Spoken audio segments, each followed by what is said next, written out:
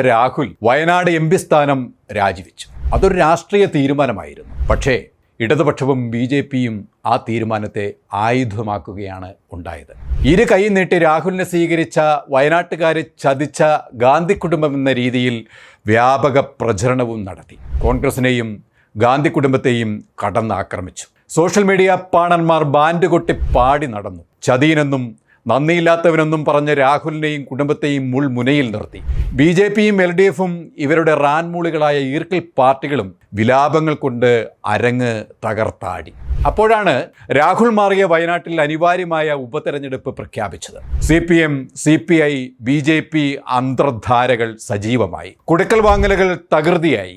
പക്ഷേ തരിമ്പും പതറാതെ കോൺഗ്രസ് നേതൃത്വവും ഗാന്ധി കുടുംബവും യുക്തമായ തീരുമാനങ്ങൾ പ്രഖ്യാപിച്ചു. സാക്ഷാൽ പ്രിയങ്ക ഗാന്ധി വയനാട്ടിലെ ഉപതെരഞ്ഞെടുപ്പിൽ മത്സരിക്കുന്നു.